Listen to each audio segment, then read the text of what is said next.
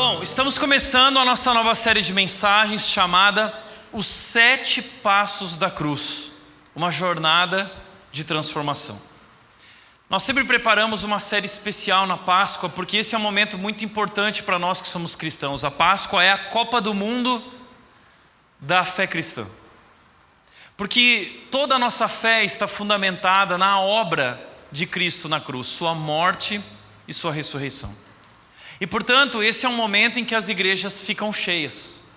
Aqueles que são cristãos ou aqueles que são meramente curiosos espiritualmente também vão às igrejas nesse momento marcar a sua presença e garantir a sua salvação. Muitas pessoas celebram, comemoram a Páscoa apesar de ainda não tê-la compreendido. Portanto, essa série é importante porque nós queremos tratar do assunto mais importante que existe no universo. Nos últimos anos, a gente vem tratando esse assunto por perspectivas diferentes. Já tratamos esse assunto da perspectiva da vida de Jesus, dos encontros que ele teve com pessoas. Já tratamos esse assunto da perspectiva da última noite de Jesus, quando ele esteve diante do tribunal religioso judaico, diante de Anás, de Caifás. E nessa série nós vamos tratar numa perspectiva diferente. Nós vamos olhar da perspectiva de Jesus crucificado na cruz, as suas últimas horas antes da morte.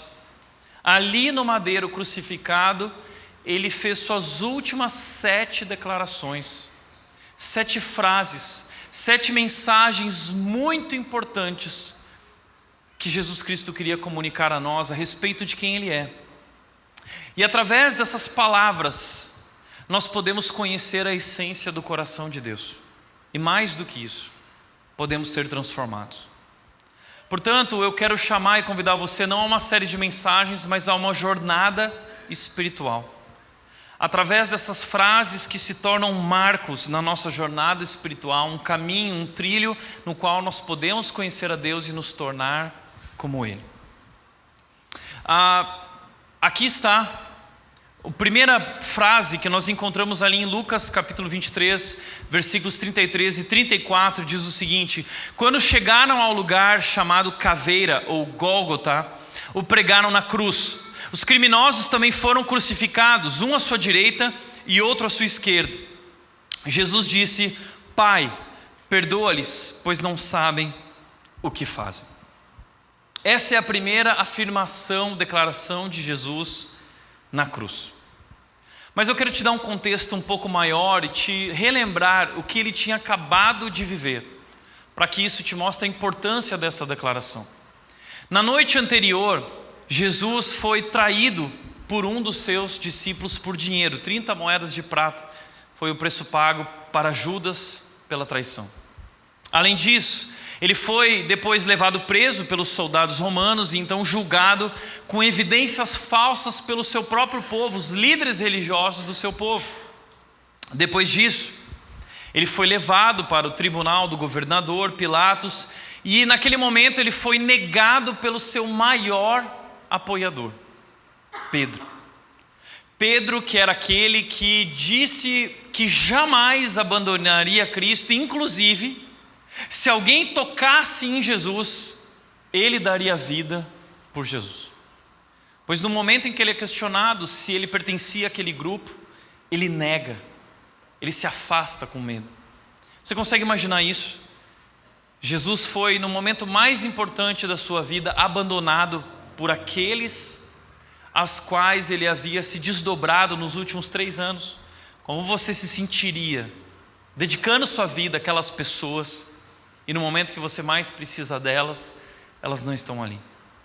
Além disso, Jesus foi espancado por soldados do templo.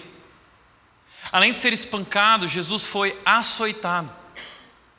E disse a respeito desses prisioneiros que muitas vezes eles nem chegavam à crucificação, eles morriam no próprio espancamento ou nos açoites.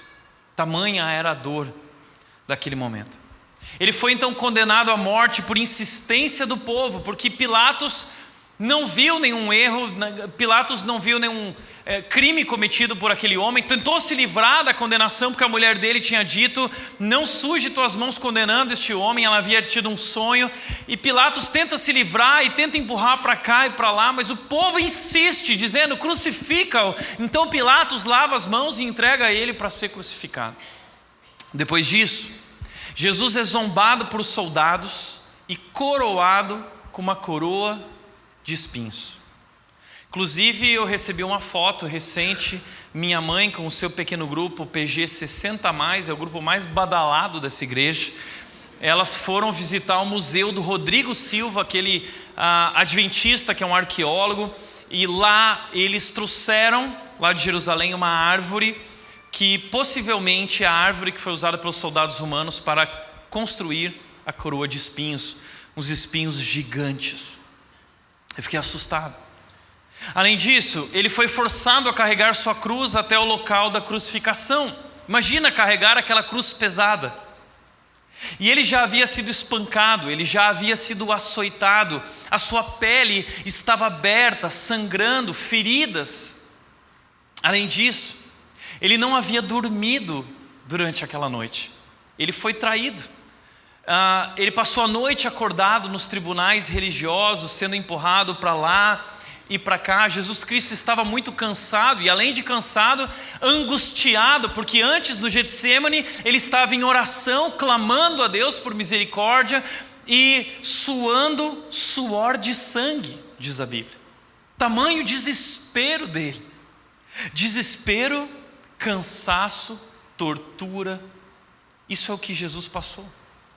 Depois, quando ele chega diante da cruz, ele é despido, eles tiram a sua roupa, ele é pregado e perfurado no madeiro. Seus braços e suas pernas são perfurados com cravos, sem qualquer tipo de anestesia. Você consegue imaginar o tamanho da dor que Jesus está vivendo na cruz?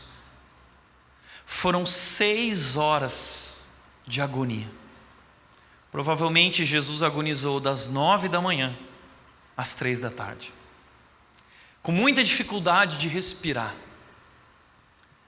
com muita dificuldade, quanto mais, de falar. Jesus declarou 7 frases breves, mas extremamente importantes, para nós compreendermos quem Ele é e o que Ele fez. A primeira palavra de Jesus na cruz foi: Jesus disse: Pai, perdoa-lhes, pois não sabem o que fazem. A primeira palavra de Jesus na cruz é uma palavra de perdão. Se tem alguém que praticava aquilo que pregava, é Jesus. Foi Ele que disse: amem os seus inimigos. Foi Ele que disse: perdoe e ore por aqueles que os perseguem. O que Ele está fazendo? Amando os seus carrascos, orando pelos seus carrascos. Ele está perdoando aqueles que lhes fazem mal, que lhes faz mal e que não sabem o que estão fazendo, porque na mente dos judeus eles estão fazendo a coisa certa, eles estão matando um blasfemador que se dizia ser o próprio Deus. Os romanos acham que estão matando um criminoso, portanto, por isso ele recebe a morte por crucificação ao lado de outros 2 ladrões. Mas o que eles não sabem é que, na verdade, eles estão cometendo um crime contra o autor da vida. Por isso Jesus ora: Pai, perdoa eles, porque eles não sabem o que eles fazem. A jornada espiritual de qualquer um de nós para conhecer a Deus começa pelo passo do perdão. Todos nós carecemos de perdão. Toda jornada espiritual começa com um reconhecimento de que precisamos desse perdão declarado e consumado na cruz. Deixa eu falar um pouco mais sobre isso para que você entenda a nossa necessidade de perdão. No Salmo 51, versículos 8 e 9, o rei Davi disse: devolve-me a alegria e a felicidade, não continues a olhar para os meus pecados. Davi foi um grande homem de Deus, inclusive chamado pelo próprio Deus de um homem segundo o seu coração. Eu sempre fui muito fã de Davi. Na minha infância havia um livro na minha casa, meus pais todas as noites liam aquele livro que era o meu preferido, com histórias, os feitos de Davi. Você conhece alguns deles, como a vitória sobre aquele gigante Golias. Aquilo tudo mexia muito comigo e eu sempre desejei ser parecido com Davi, até o dia que eu descobri mais sobre Davi na Bíblia. Descobri os erros de Davi, o adultério de Davi, o erro grave de Davi, tomar a esposa de Urias, seu amigo, possivelmente um dos valentes de Davi que havia o protegido no passado. E agora, quando Urias está na guerra, Davi toma posse de sua esposa, traindo seu amigo, fazendo o que era desagradável aos olhos de Deus. Ele perpetua o adultério com Batseba, e para esconder o que ele havia feito, ele manda matar Urias, colocando ele no primeiro batalhão da guerra, que levou Urias à morte. E Davi guardou, Davi ocultou esse pecado. Mas enquanto ele guardou e ocultou, ele adoeceu. No Salmo 51 e no Salmo 32, que são salmos de confissão, Davi confessando reconhecendo a sua culpa e também clamando a Deus pelo perdão. Davi diz no Salmo 32 que enquanto ele calou, ele definhou, os seus ossos gemiam. Davi adoeceu não apenas espiritualmente, mas ele adoeceu emocionalmente, ele adoeceu fisicamente. Você já parou para pensar nisso? Que talvez o problema das lutas que você tem enfrentado, emocionais, espirituais, físicas, estejam ligados a um pecado na sua vida não confessado, uma culpa não tratada. O pecado, a culpa, nos faz adoecer. Davi está falando sobre isso. Ele diz aqui: eu perdi a alegria, devolve-me a alegria. Por quê? Porque a culpa, o sentimento de culpa drena a nossa alegria, a nossa felicidade. É isso que ele está dizendo, devolve. O que ele está mostrando é esse peso gerado pela culpa. É um sentimento esmagador.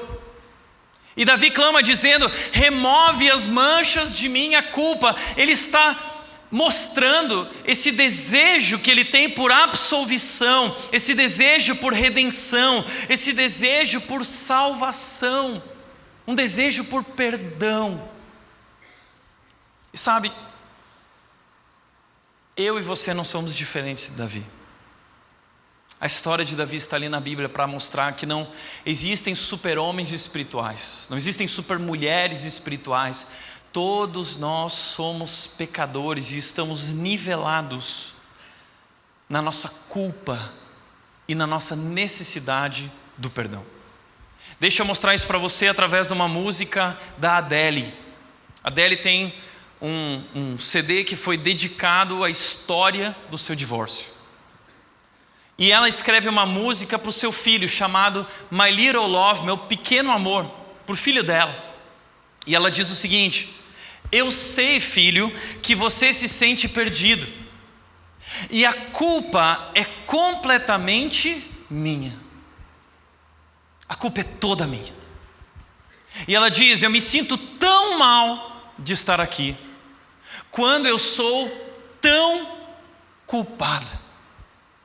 A Adele está mostrando esse peso que é gerado pela culpa, esse sentimento esmagador da culpa. Ela se sente culpada por estar distante, ela se sente culpada pelos erros que cometeu, ela se sente culpada pela separação. Eu sou completamente culpada. E olha o que ela diz: eu já estou longe demais, e você é o único que pode me salvar. Filho, você é a minha salvação, você é a minha redenção, você vai resolver esse problema que eu tenho no meu coração. Nós somos iguaizinhos a Adele, porque todos nós estamos nivelados no sentimento de culpa inerente à nossa natureza humana. E todos nós buscamos, consciente ou inconscientemente, perdão, redenção, salvação.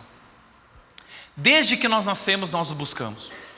Nós queremos ser aceitos, nós queremos ser amados por nossos pais. Procuramos esse amor incondicional que nos perdoe, que nos receba, que nos aceite como somos. E muitas vezes não temos na relação com os pais uma boa relação e nós nos decepcionamos.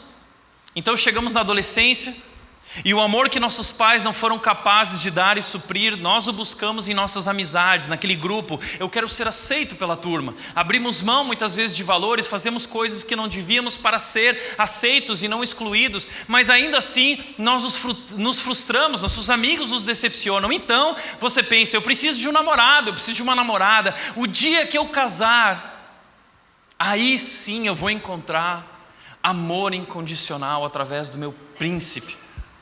E aí você se casa, e você se frustra, se decepciona com o teu cônjuge, porque teu marido e tua esposa não são capazes de dar tudo aquilo que te falta, não são capazes de te suprir nessa tua busca. E aí você pensa, meu marido não foi capaz, minha esposa não foi capaz, mas quando eu tiver filhos, na minha relação com os meus filhos eu vou encontrar redenção, amor incondicional, então eu serei feliz. E nascem os filhos. E são meses turbulentos e difíceis. E nos decepcionamos. Porque na verdade nossos filhos não são capazes de entregar o amor, o perdão, a redenção que nós tanto buscamos. Então a pergunta é, aqui está o desejo dela por absolvição e redenção. A pergunta é como lidar com a culpa?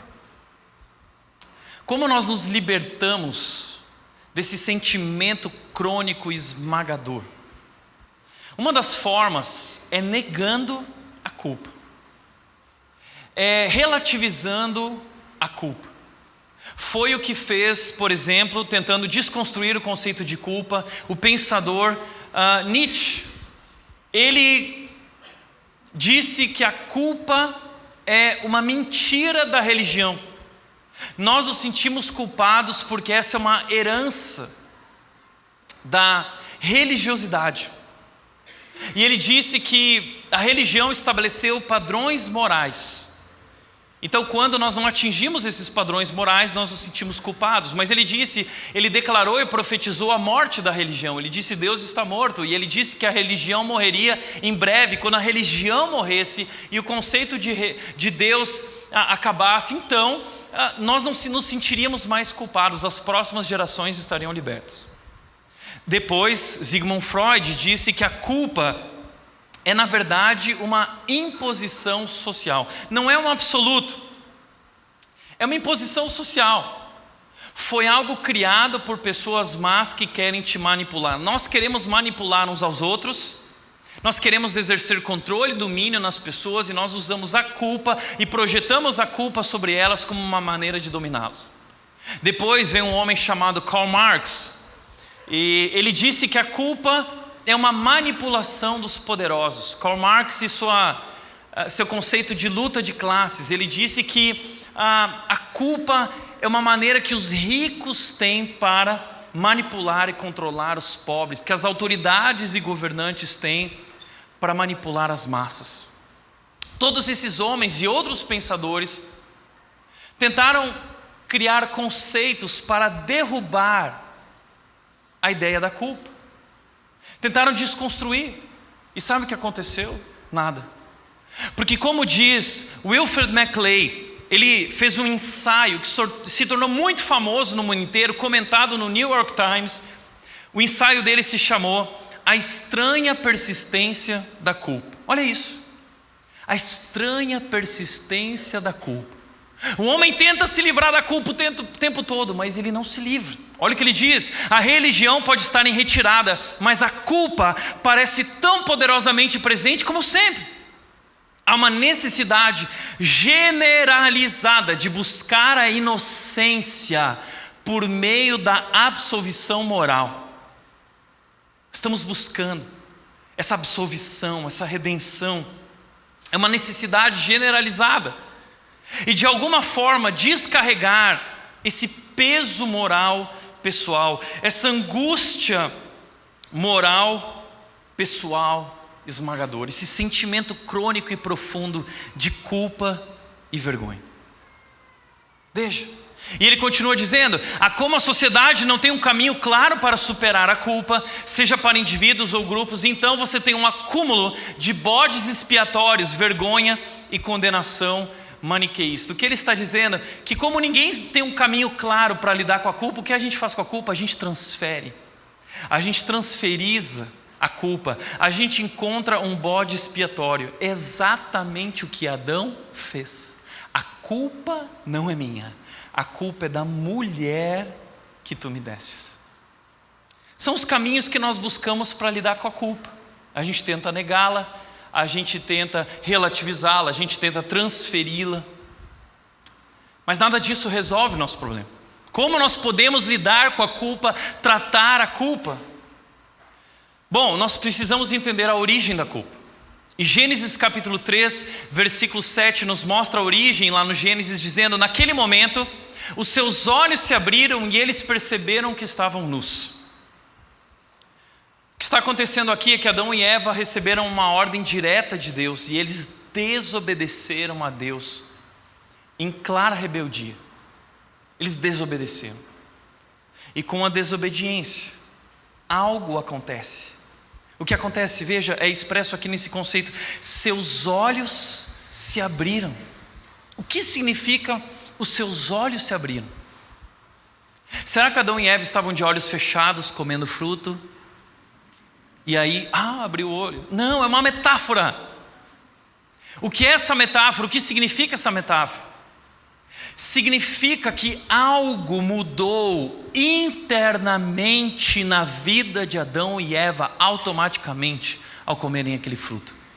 A maneira como eles se percebem, a maneira como eles se enxergam agora é diferente. Por quê? Porque eles têm o pecado dentro deles. Eles se tornaram conhecedores do bem e do mal.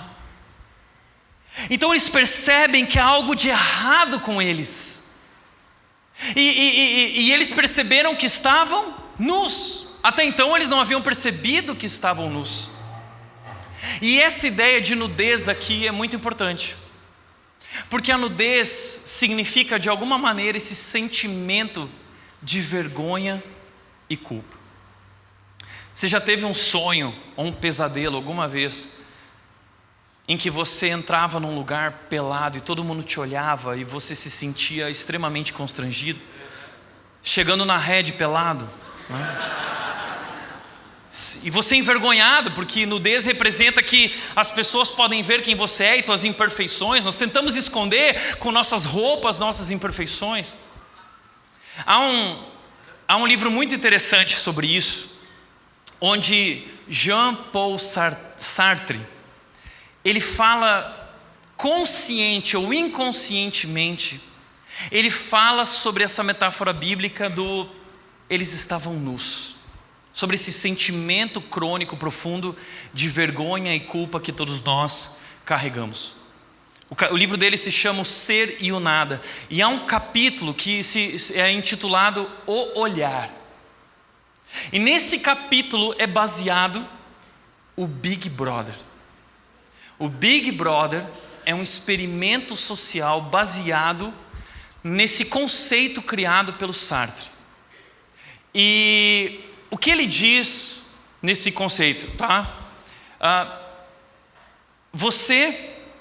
Eu coloquei uma pessoa numa sala e eu estou olhando para essa pessoa através de uma fechadura. Essa pessoa está trancada lá, ela não consegue me ver. Eu sou um observador não observado e ele está olhando e a pessoa está lá e a pessoa se sente desconfortável porque ela está sendo vista em tudo que ela faz e ela está sendo julgada. Ela está sendo manipulada ali. E Sartre diz que ele naquela posição se sente confortável, ele se sente como Deus. Big Brother é exatamente isso. Por isso que tem até um grande olhar, tem uma câmera com um olhar assim no Big Brother.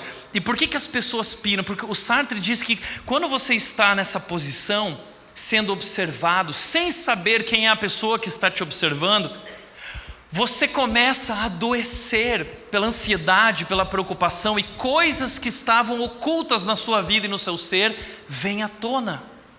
Por isso que acontecem aquelas loucuras que a gente vê no Big Brother. A gente não, porque eu não assisto Big Brother, tá? E não vem com esse papo hoje de assistir Big Brother depois do culto e dizer assim, não, eu estou estudando a nossa cultura e a nossa sociedade. Mas o Sartre nessa história, nesse capítulo, ele diz o seguinte: mas enquanto eu observo essa pessoa, um barulho do outro lado da minha sala, e eu descubro uma coisa, que eu estou sendo observado por uma fechadura também. E então no momento em que ele descobre que ele está sendo observado, ele se sente absolutamente mal. Ele se sente com esse sentimento de vergonha, de que alguém está olhando para ele, alguém está controlando e dominando ele, e ele não há nada que ele possa fazer, ele está exposto. E Sartre remete esse conceito do observador não observado a Deus. Deus está nos observando. Do outro lado da sala, Ele nos enxerga, e Ele conhece cada uma das nossas imperfeições. Ele conhece cada detalhe da nossa vida. Ele conhece cada pensamento da nossa mente, cada desejo do nosso coração. Ele sabe tudo a respeito de nós. E diante dele nós nos sentimos nus. Então, ele está falando sobre essa sensação profunda de que há algo errado comigo. Há algo imperfeito em mim, há algo inadequado em mim. Eu não sou o que eu deveria ser. E esse sentimento, ele nos destrói. Nós nos sentimos o tempo todo sendo observados. E estamos sendo observados, porque vivemos na sala criada pelo Deus poderoso, que é santo, santo, santo. E quando Deus vem para o jardim, Adão e Eva ficam com medo dele. Então o que eles fazem? Eles costuram folhas de figueira para eles, para tentar esconder a sua culpa, a sua vergonha, tentar lidar com esse sentimento. Mas folhas de figueira são insuficientes. E assim como Adão e Eva, até hoje, nós estamos buscando folhas de figueira para lidar com esse sentimento crônico, esmagador. Uma folha de figueira, por exemplo, pode ser o relativismo, como nós falamos aqui do nosso tempo, que diz não existe o que é certo ou errado, existe o que é bom para você. Uma folha de figueira pode ser o perfeccionismo, porque você tenta fazer tudo perfeitamente para que as pessoas vejam que você é bom em tudo que fazem e não descubram as imperfeições que existem em você. O perfeccionismo é uma máscara, uma folha de figueira para esconder a verdade sobre quem você é e que você não é o que deveria ser. Talvez a sua folha de figueira é o trabalho, a carreira. Você tem trabalhado arduamente porque você quer provar para todo mundo que você é capaz e que você consegue e que você conquistou e que você tem e que você é alguém, você tem valor por aquilo que conquistou e é capaz de fazer. Isso é uma folha de figueira. Talvez a tua folha de figueira seja o Instagram, o TikTok, as redes sociais, e você se apresenta nas redes sociais com uma vida perfeita, um corpo perfeito, e você investe dinheiro nisso, porque através da tua apresentação pessoal, você quer esconder a verdade sobre quem você é uma folha de figueira. Talvez a tua folha de figueira são fofocas. Você fala mal das pessoas, porque quando você faz isso, você se sente melhor. É como se você usasse essa fofoca para se projetar acima daquela pessoa, e como que dizer assim: veja, aquela pessoa é tão má, eu até que não sou tão ruim assim como aquela pessoa. São folhas de figueira que não resolvem a raiz do problema. Nosso problema é muito mais profundo do que isso. Então, como nós lidamos com a culpa? Nós precisamos praticar aquilo que William Shakespeare disse na sua peça Júlio César. Ele disse: a culpa, meu caro Brutus, não está nas estrelas, mas em nós mesmos. Nós precisamos chegar a essa conclusão, parar de relativizar, parar de transferir, parar de negar e assumir a responsabilidade, a culpa por aquilo que, mais do que nós fizemos, aquilo que nós somos. Nós vivemos transferindo, colocando a culpa na nossa descendência. Colocando, por exemplo, essa semana eu e meus irmãos estamos muito felizes, pesquisando muito, nós estamos descobrindo algumas coisas sobre o nosso passado e com a possibilidade de buscar a cidadania alemã, e a gente está tão feliz com isso. E eu sempre usei a desculpa da minha grosseria às vezes, assim, eu sou gaúcho, né? Agora essa semana a Nath não está mais suportando, que quando a Nath reclama, eu falo assim: amor, você tem que entender, eu sou um alemão. Nós transferimos a culpa, a gente tenta encontrar, tirar de nós, projetar para o nosso exterior, tirar do nosso interior a culpa e jogar para alguma coisa. Tem gente que joga para as estrelas. Tem gente que diz que sabe o que é? É que eu ajo assim porque eu sou uma escorpiana com ascendência em Júpiter. Entenda uma coisa: até que nós reconheçamos quem nós somos, o que fizemos e mais a nossa condição, nada mudará em nossa vida, não seremos curados. É por isso que Davi, no Salmo 51, versículos 13 e 4, ele diz: eu reconheço a minha rebeldia, eu reconheço o meu problema, a minha rebeldia, o que eu fiz. E a ideia de rebeldia aqui é algo muito mais profundo do que um mero adultério, tem a ver com uma rebeldia com Deus. Eu não quero me submeter a Deus, eu quero viver do meu jeito, eu quero saciar os meus desejos. É uma rebeldia, é uma afronta, é uma ofensa, é um crime ultrajante contra o Deus que é santo, santo, santo. Davi está dizendo: eu sou pecador, pecador, pecador. E ele diz: o meu pecado me persegue o tempo todo, eu pequei contra ti somente. Ele entende contra quem ele cometeu o seu pecado. E eu fiz o que é mal aos teus olhos. O olhar de Deus que tudo vê. Eu fiz o que é mal a ti, diante de ti, Deus que é santo, santo, santo. E ele percebe que mais do que fazer o mal, ele vive numa condição má. No versículo 5 ele diz: pois eu sou pecador desde que nasci. E eu já disse isso aqui. Eu tenho uma filha gordinha, fofinha, maravilhosa, mas é uma pecadorazinha miserável. E muitas vezes ela é dominada pelo pecado. E precisa de um Salvador. E Davi precisa, e ele reconhece a sua necessidade, porque ele é um pecador. Então, como João Calvino disse, as pessoas pedem perdão de uma maneira banal porque elas não sabem aquilo que o pecado delas verdadeiramente merece. Esse é o nosso problema como cristãos. Nós ainda não entendemos a gravidade do nosso pecado e o castigo que nós merecemos. Enquanto nós não entendermos isso, nós não seremos capazes de lidar com isso. Portanto, como entender isso? John Piper disse o seguinte: a gravidade de um crime é determinada em parte pela dignidade da pessoa e do cargo que está sendo desrespeitado. Então ele diz: se a pessoa for infinitamente digna, infinitamente ilustre, infinitamente querida e ocupar um cargo de infinita dignidade e autoridade, rejeitá-lo é um crime infinitamente ultrajante. Portanto, merece um castigo infinito. Nós ofendemos, nós traímos o Deus Criador e merecemos um castigo infinito.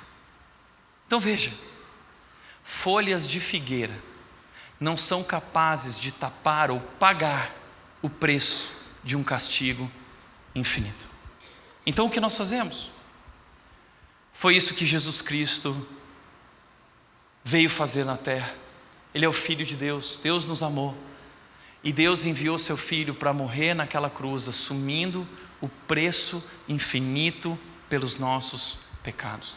Por isso, como diz o Josemar Bessa, Jesus não morreu na cruz para você aumentar a tua autoestima. Jesus morreu na cruz porque você precisa de perdão para a tua culpa infinita. Para de cair nesse papo de gente que diz que Jesus morreu na cruz para demonstrar o valor que você tem. Ele não morreu na cruz para mostrar o valor que você tem. Ele morreu na cruz porque você precisa de perdão para a tua culpa infinita. Foi isso que ele fez. Portanto, há uma cena da nossa série de mensagens, da qual nós vamos falar num dos últimos capítulos, que é quando Jesus está na cruz e ele declara aquelas palavras: está consumado. A Bíblia diz que no momento que Jesus declara essas palavras, o véu do templo é rasgado de cima a baixo. Que véu é esse? Era um véu grosso que separava o lugar onde Deus estava, a presença de Deus. O templo tinha 3 partes: o pátio, onde eram feitos os sacrifícios e todos tinham acesso; o lugar santo, onde eram realizados os rituais de purificação pelos sacerdotes; e havia um terceiro lugar, que era o lugar santíssimo, o santo dos santos. Era onde somente Deus habitava e a glória de Deus, e ninguém podia entrar ali naquela sala. Apenas o sumo sacerdote, uma vez por ano, entrava ali através daquele ritual de purificação. Então, uma vez por ano, ele oferecia um cordeiro como sacrifício, como oferta pelo pecado do povo, e através da morte daquele cordeiro e sangue derramado, o povo recebia perdão. É estranho pensar nessa realidade, não é? Mas Deus criou essa realidade como uma sombra que aponta para a verdade. Qual é a verdade? Cristo Jesus. Ele é o Cordeiro de Deus que tira o pecado do mundo. E todos aqueles cordeiros e todo aquele sistema apontava para o grande sumo sacerdote, para o Cordeiro de Deus, a oferta que Deus entregaria por nós pelo pecado. E diz que quando Jesus Cristo declara está consumado, aquele véu grosso é rasgado de cima a baixo. E sabe o que isso significa? Significa que agora não há mais separação entre Deus e nós, entre aquele que estava na sala nos observando, aquele que é santo, santo, santo. Agora Ele nos convida para entrar nesse lugar, ter um relacionamento com Ele, ser transformado por Ele, viver com Ele e contemplar a glória dEle por meio do Seu Filho que morreu na cruz. E reconhecer que esse Deus santo, santo, santo é um Deus amoroso, gracioso, misericordioso, cheio de compaixão, que nos ama e pagou um preço infinito para nos salvar dos nossos pecados. É por isso que Hebreus diz o seguinte, Hebreus 10, 19, 22 diz: portanto, irmãos, por causa do sangue de Jesus, podemos entrar com toda confiança no lugar santíssimo por sua morte. Jesus abriu um caminho novo. Jesus abriu o mar vermelho para Deus, e eu posso entrar e vivo através da cortina que leva ao lugar santíssimo.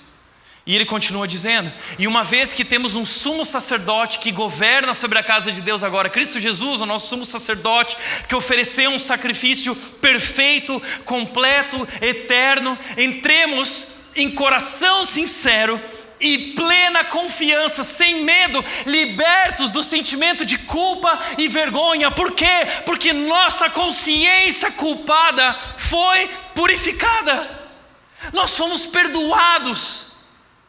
Nós fomos absolvidos, nós fomos justificados, nós fomos redimidos por meio do sangue de Jesus, e nosso corpo foi lavado com água pura. Jesus Cristo cobriu a nossa vergonha com seu sangue derramado na cruz, e Ele nos dá novas vestes, Ele nos cobre, e Ele diz: eu te aceito, eu te amo, e a partir de agora você é meu filho, venha participar da festa comigo, venha viver comigo.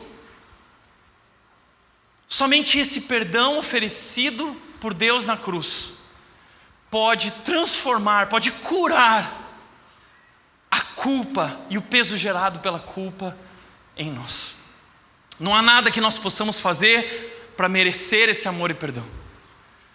O que nós devemos fazer é receber esse perdão por meio de Cristo Jesus. Romanos 3, 23 diz: pois todos pecaram e não alcançam, não são capazes de alcançar o padrão da glória de Deus, mas Ele em sua graça, nos declara justos, perdoados, absolvidos, por meio de Cristo Jesus, que pagou o preço pelo castigo, que nos resgatou do castigo por nossos pecados. E o 3:24, ele continua dizendo: Deus apresentou Jesus Cristo como sacrifício pelo pecado, com o seu sangue derramado. Ele agora demonstra a justiça a todos aqueles que creem. Deus fez justiça por nós. Ele pagou o preço que nós não éramos capazes de pagar. Ele abriu o mar vermelho e nos convida a atravessar e ter uma nova vida e uma nova relação com Ele. Por isso, como disse John Newton naquela música maravilhosa Graça, o autor dessa música, ele diz o seguinte: embora minha memória desvaneça, lembro-me claramente de duas coisas. Eu sou um grande pecador e Cristo é um grande Salvador. É assim que a gente resolve esse problema, com esse entendimento. Eu sou um grande pecador, mas eu tenho um grande Salvador. Tem uma mulher chamada Annie Lobert, que ela viveu essa experiência de receber o perdão que cura, restaura e transforma. Annie Lobert era uma jovem americana que, assim como todos nós, busca ser amada, aceita. E logo na infância ela viveu experiências muito traumáticas com seu pai, porque seu pai não foi capaz de lhe dar aquilo que ela buscava e satisfazer a sua carência emocional. O pai dela era um homem muito irado e ela cresceu com ódio do pai. Então, na adolescência, ela achou que se ela encontrasse um namorado, ela poderia saciar essa carência, necessidade emocional dela. E apareceu um jovem dizendo que amava ela, que ela era linda e que queria casar com ela, e ela decidiu dormir com ele. Mas ela descobriu que esse menino estava enganando ela e ele estava dormindo com todas as amigas dela. Então agora essa mulher está crescendo não apenas com problemas, experiências traumáticas com o pai, mas na vida também sendo usada pelo namorado, e surge no coração dela um ódio, um desejo de vingança. Ela quer vingar o pai, ela quer vingar esse jovem que usou ela, e ela vai alimentando isso, e ela vai projetando uma vida que ela sonha. Ela quer se casar com um homem rico, que ela vai poder dizer para todo mundo: tá vendo, eu tenho valor. Então ela vai para a balada. Só que ao invés de se casar com um homem rico, ela encontra homens ricos que queriam ter relações com ela e estavam dispostos a pagar caro por isso. Ela começa então a praticar sexo por dinheiro. E ela se torna uma prostituta de luxo.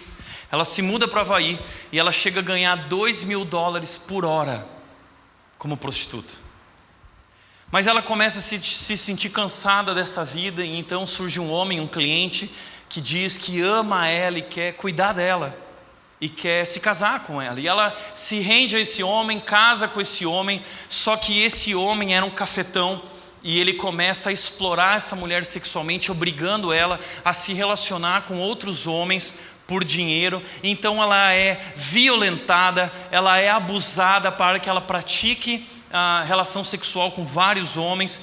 E ela começa a entrar num processo de decadência, destruindo sua própria vida, até que ela consegue se libertar desse homem. Quando então ela tem vários abortos, durante esse tempo, voluntários. Ela também tem um câncer depois que se liberta desse homem, um linfoma, onde ela vai tratar, e nesse longo tratamento ela se torna viciada em analgésicos, e ela depende desses analgésicos. Ela começa a consumir cocaína para tentar lidar com esse sentimento que ela tem interior de culpa, de vergonha, de que há algo errado, de que ela não é aquilo que deveria ser. E ela conta na história dela que ela ia para o chuveiro e ela começava a se lavar com sabão, porque ela queria tirar essa mancha, mas era algo que estava impregnado não no corpo, mas na alma, no espírito dela, e ela não conseguia se libertar. Então ela recorre à cocaína, e numa noite ela tem uma overdose. E durante a overdose ela tem um sonho. E nesse sonho, toda a família, todas as pessoas conhecidas por ela estão lá, julgando ela. E uma pessoa diz o seguinte: ela é apenas uma prostituta. Então, desesperada, ela faz uma oração, a oração mais importante da vida dela. Ela diz: Jesus, por favor me salve. Não sei se você é real, mas eu não quero morrer.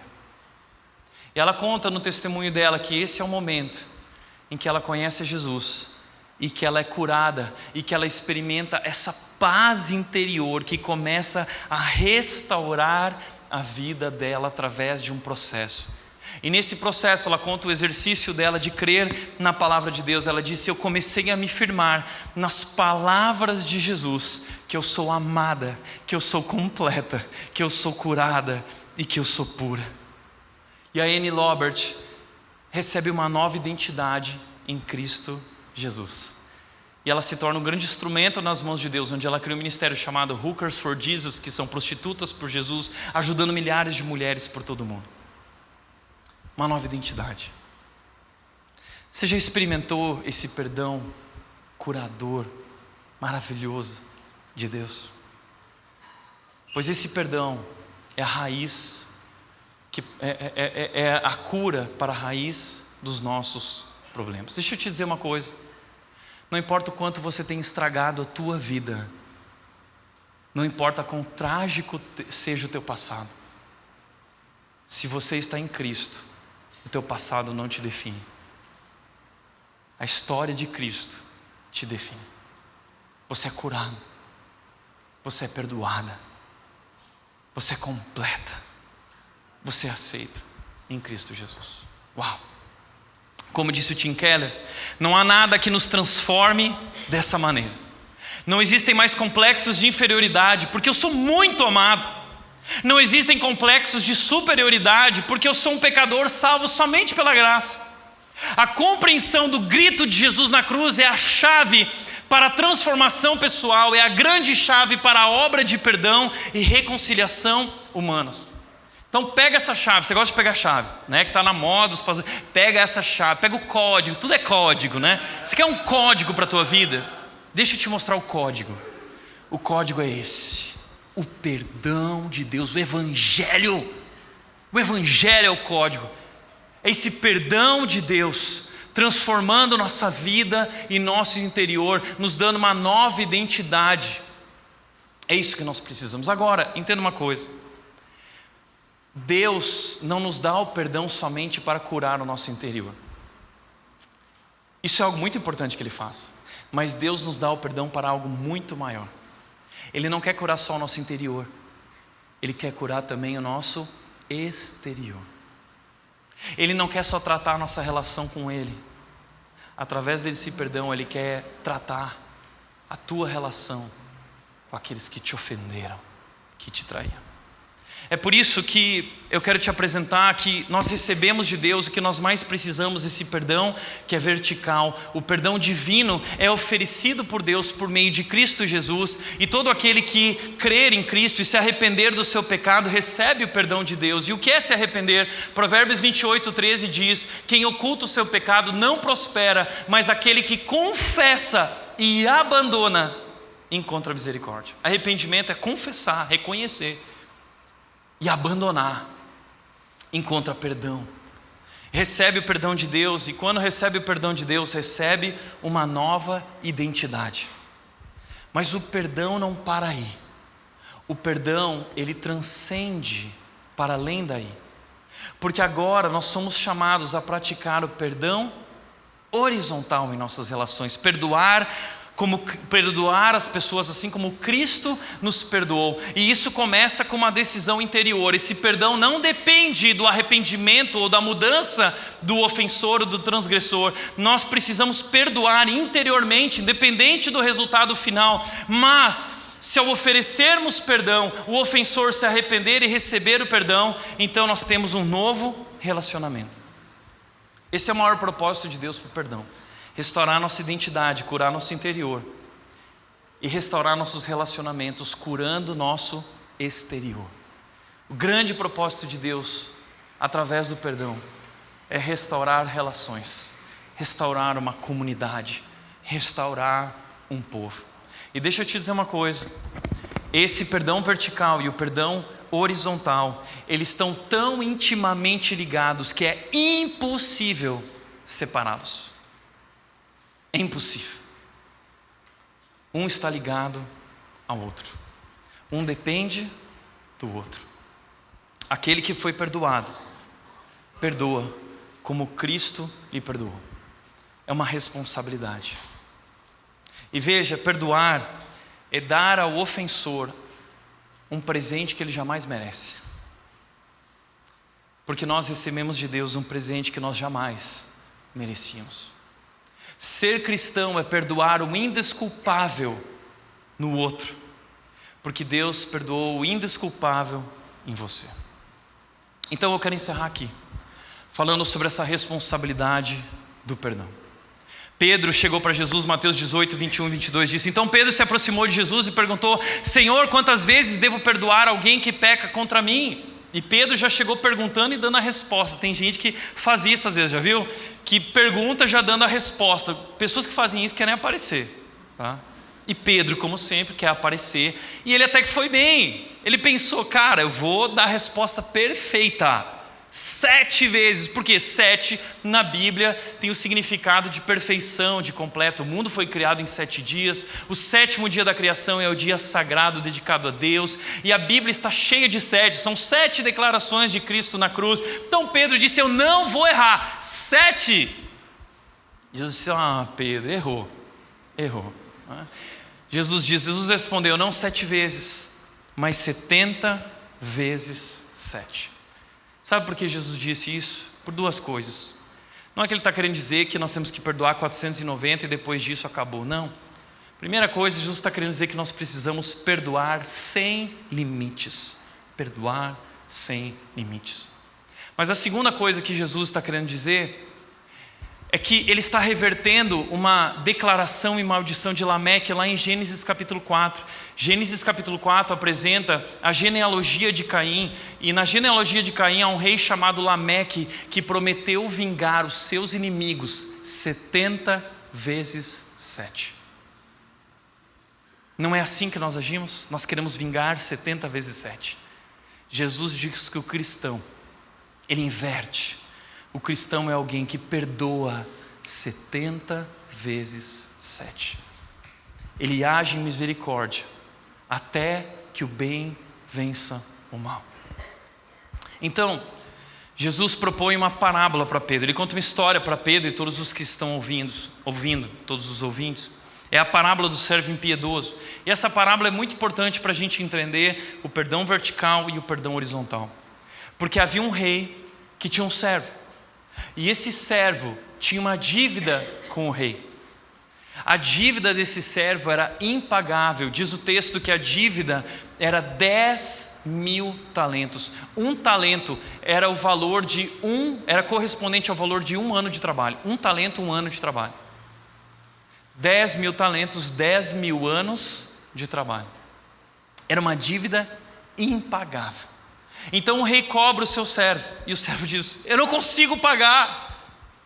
E aí ele diz: olha, por favor, eu não sei o que fazer. E aí o rei diz: não, então faz o seguinte, vendam ele, vendam a esposa dele, vendam toda a família e os filhos para pagar essa dívida. Então o servo declara: não, tenha misericórdia. Ele pede clemência, ele pede misericórdia. E o rei, diz a parábola, que com grande compaixão ele perdoa a dívida, ele se compadece do servo. Ele diz: está perdoado, pode ir, você não me deve mais nada.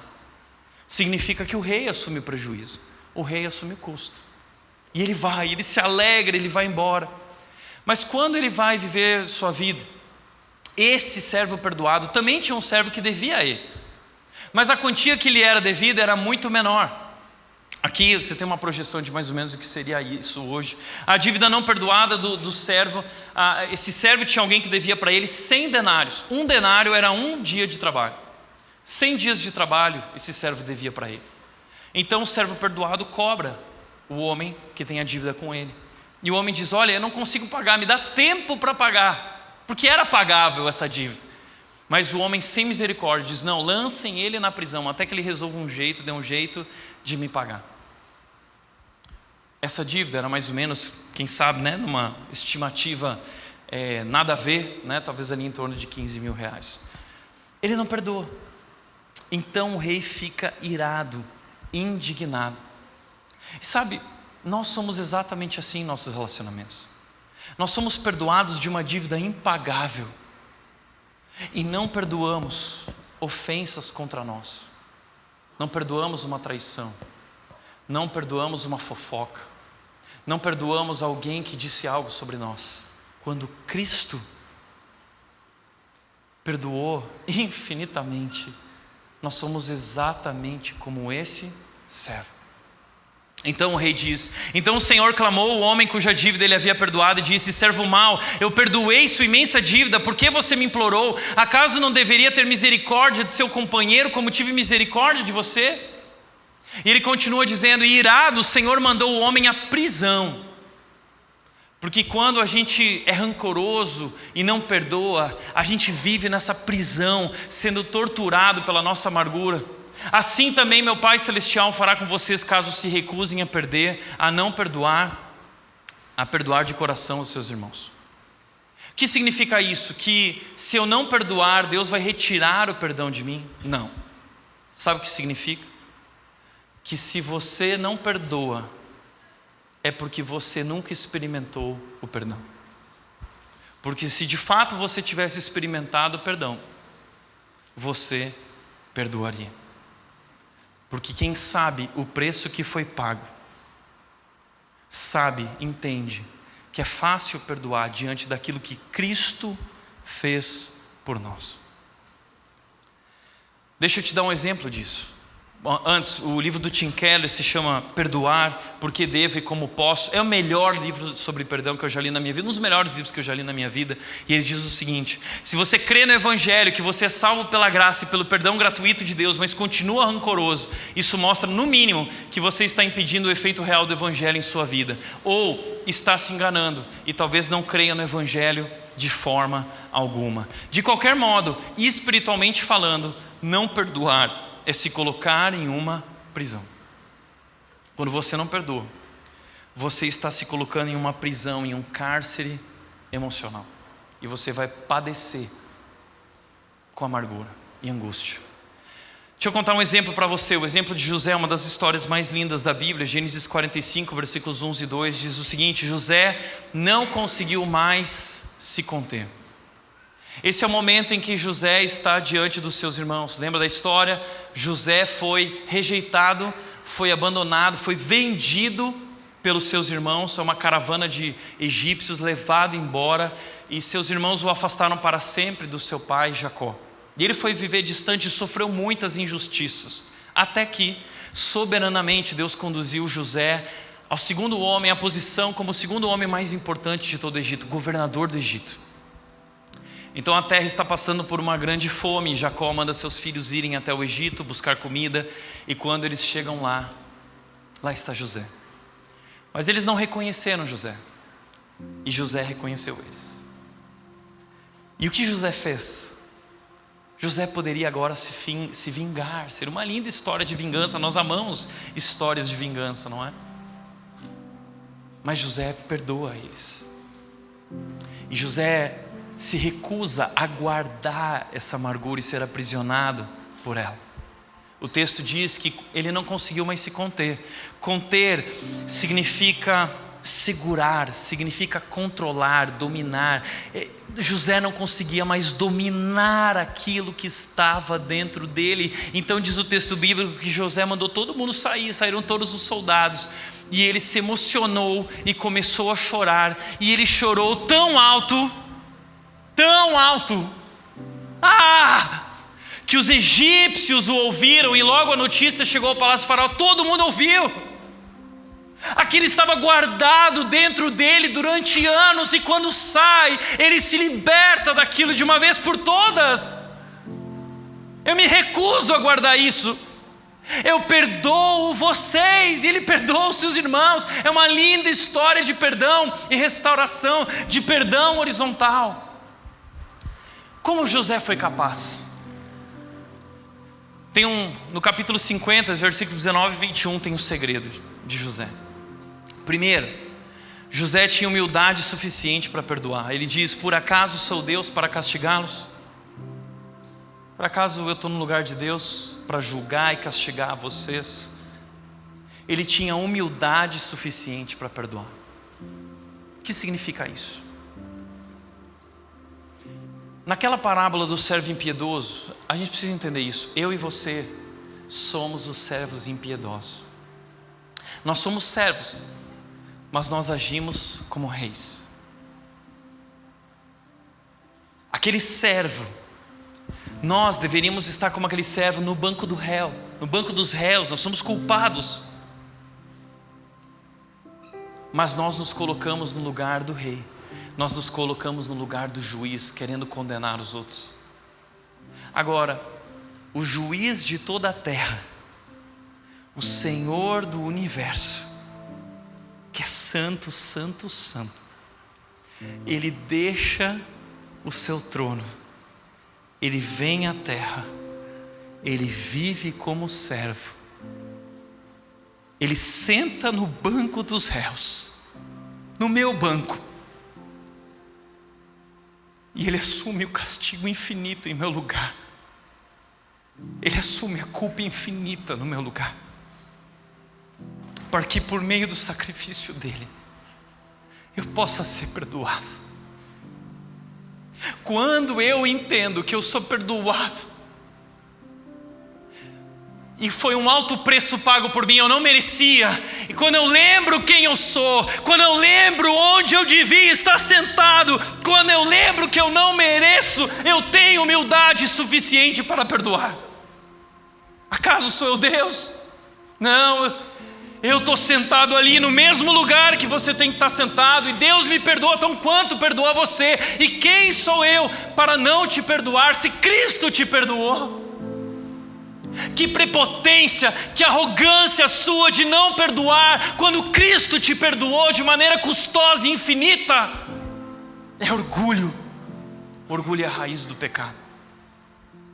Segundo, como diz, colocando o seu passado no devido lugar, ele diz: seu desejo de perdoar está intimamente relacionado à sua lembrança de quanto Deus perdoou você. E ele diz: se você está tendo problemas em perdoar alguém que o magoou, talvez seja o momento de sentar no banco dos réus e lembrar quem você é e as maneiras que Deus lhe perdoou. Fazendo assim, o seu passado se tornará um amigo mais útil. Segundo lugar, é preciso alegria suficiente para perdoar. Porque José diz: vocês pretendiam me fazer o mal, mas Deus planejou tudo para o bem. José entendeu a verdade mais importante da vida: a minha vida não está nas mãos daqueles que me ofenderam, daqueles que me feriram. A minha vida está nas mãos de um Deus que é soberano, que é poderoso, e não importa quem tente o mal contra mim, nada pode me separar da bondade dEle, do amor dEle, do plano que Ele tem para mim. Todas as coisas cooperam para o bem daqueles que amam a Deus. Quando a gente entende isso, a gente tem alegria suficiente para entender que as mãos que agem contra nós não são capazes de borrar a história que Cristo Jesus escreveu com sangue e o que Ele diz sobre nós. Sabe o que deve fazer então com aquilo que te fizeram? Pegue a pequena história do que te fizeram e coloque essa pequena história dentro da grande história do que Cristo fez por você. É isso que José está fazendo. E terceiro e último, pagar o mal com o bem. Ele diz: continuarei a cuidar de vocês e de seus filhos. Eu não vou pagar o mal com o mal, eu não vou me vingar. Eu vou derramar bondade, eu vou derramar misericórdia, eu vou amar aqueles que me odiaram, eu vou abençoar aqueles que me intentaram o mal. Eu vou pagar o mal com o bem, até que o bem vença o mal. Eu quero encerrar com uma história. Alguém que viveu a mesma coisa que José, muito mais próximo de nós, no século passado. A Corrie ten Boom, ela disse isso: o perdão não é uma emoção, o perdão é uma decisão. E aqui a gente vai encerrar. A Corrie ten Boom, ela nasceu numa família holandesa, e durante a ocupação nazista da Holanda, a família da Corrie ten Boom tomou a decisão de proteger os judeus. Então eles recolhiam os judeus e escondiam os judeus debaixo do seu porão, do porão da sua casa. Alto risco. Até que eles foram descobertos. A família da Corrie ten Boom morreu Somente ela e sua irmã Betsy foram levadas para um campo de concentração.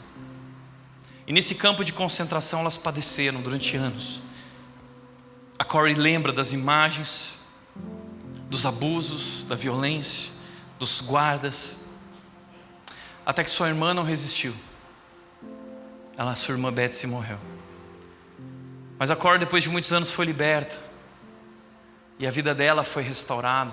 E ela perdoou o passado. E ela foi chamada por uma série de palestras na Alemanha. Em 1947, a Corrie fez uma série de palestras sobre o Evangelho. E um dos temas principais da Corrie foi o perdão. E no final da palestra dela sobre perdão, a Corrie disse o seguinte: Deus, por meio do que Cristo fez na cruz, jogou os nossos pecados no fundo do mar. E ela foi aplaudida.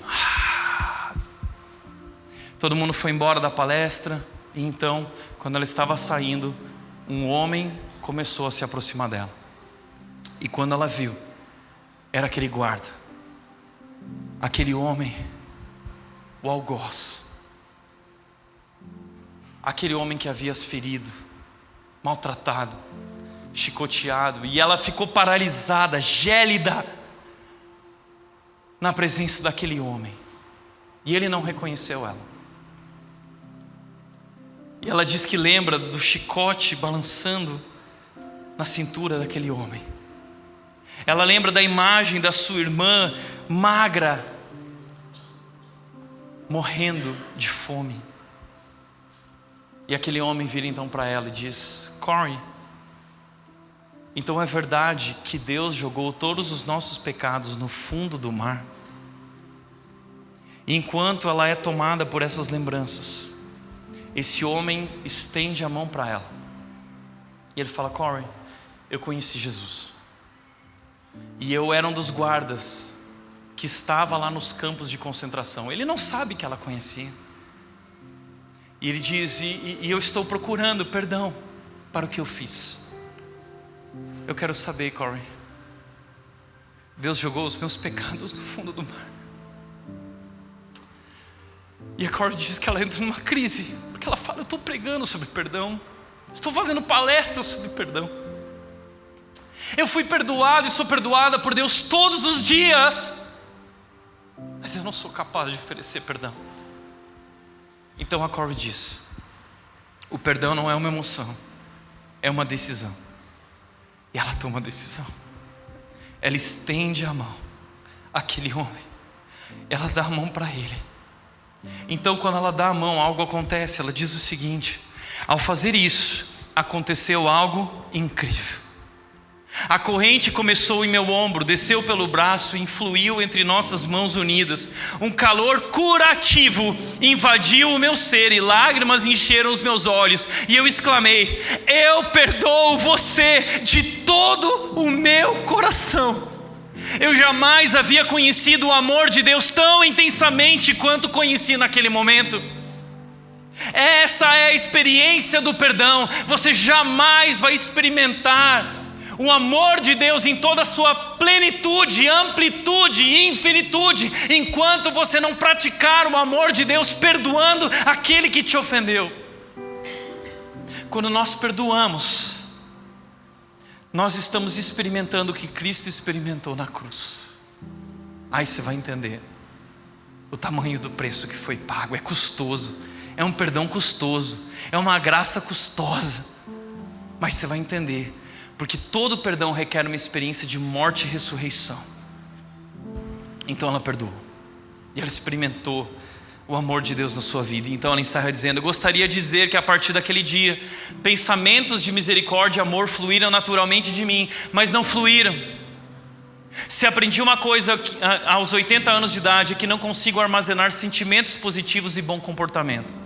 Ao contrário, é necessário recebê-los fresquinhos de Deus todos os dias. Sabe o que isso significa?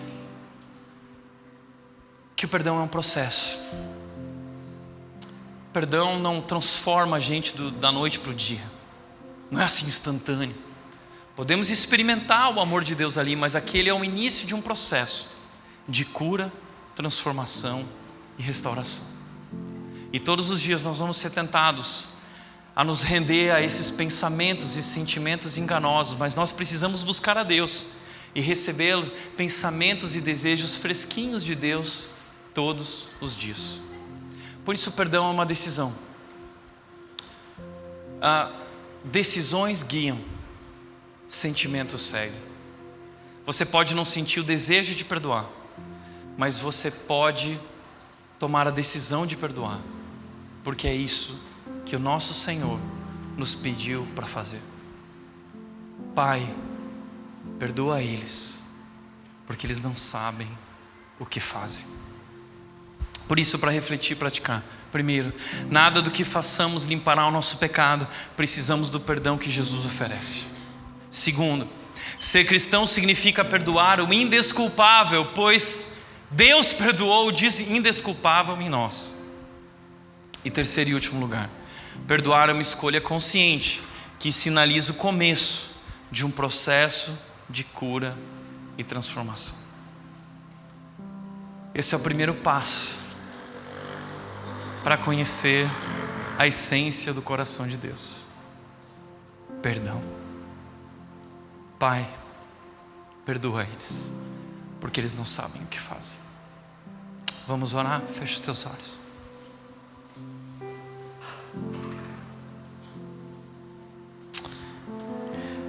Deus, nós queremos te agradecer pela tua graça infinita, que pagou o preço pelos nossos pecados. Nós não merecemos, mas ainda assim o Senhor insiste em nos amar dessa maneira incondicional. Pai, nós queremos pedir que o Senhor cure o nosso coração. Nós necessitamos do teu perdão. Nós queremos ser curados interiormente. Mas mais do que isso, Deus, nós queremos ir além, como o Senhor nos pede a ir além. Nós não queremos ser só curados interiormente. Nós queremos ser curados exteriormente. Nós queremos perdoar aqueles que nos ofenderam, assim como o Senhor nos perdoou. Deus, completa a tua obra em nossas vidas e nos ajuda a viver a tua graça, o teu amor e o teu perdão. Nós rendemos nossas vidas a ti. Nos ajuda a perdoar, Pai. Nos ajuda a amar como o Senhor nos amou. Nós te agradecemos por esse amor.